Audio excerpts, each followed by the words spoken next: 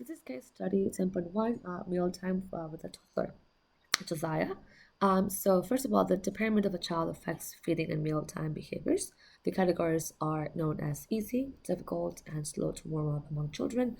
Josiah seems to fit into the difficult category as he continues to have issues during lunch and dinner at home and at his early childcare center.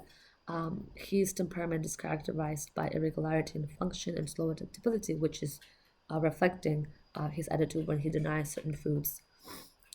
For number two, how can his grandmother and mother introduce new foods to Josiah's diet? One, they can gradually expose him to new foods and not hurry him to consume them.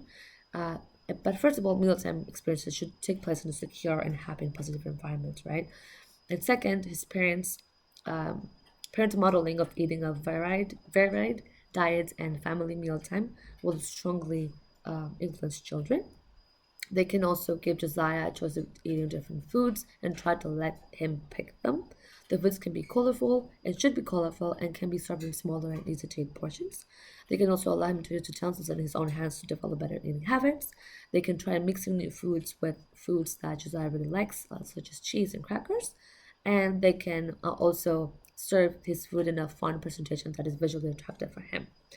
The snacks that he can consume are fruits, bananas, melons, avocados, whole grain crackers, cheese, yogurts, and homemade fruit smoothies and purees, in smaller portions, of course.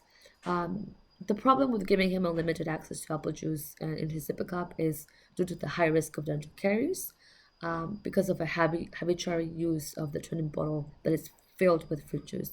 This affects and may cause caries. This is caused by the Streptococcus mutant bacterium that uses carbohydrates as foods.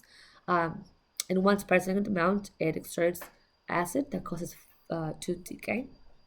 Well, the healthy eating habits that can be developed are, first of all, Josiah's caregiver should pay attention to his hunger and satiety signals and help him to self-regulate his food intake. This can be easier by, establishing a happy and fun environment at mealtime. Um, they can also feed Josiah home-cooked meals. They should not eat in front of the TV to avoid distractions. They can provide scheduled daily meals and snacks.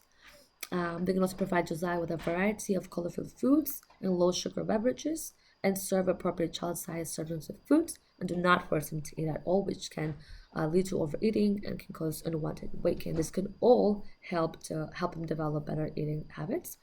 Well, in general, children should never be forced to eat anything. It is better if Josiah's caregivers follow, an authoritarian strategy to support the parent-child feeding relationship.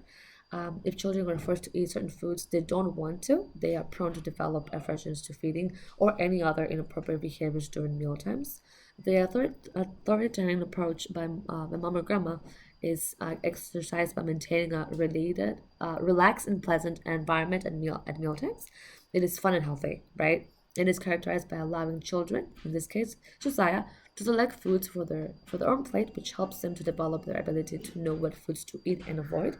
And it also helps him to gain confidence and learn to sense when he is hungry or full.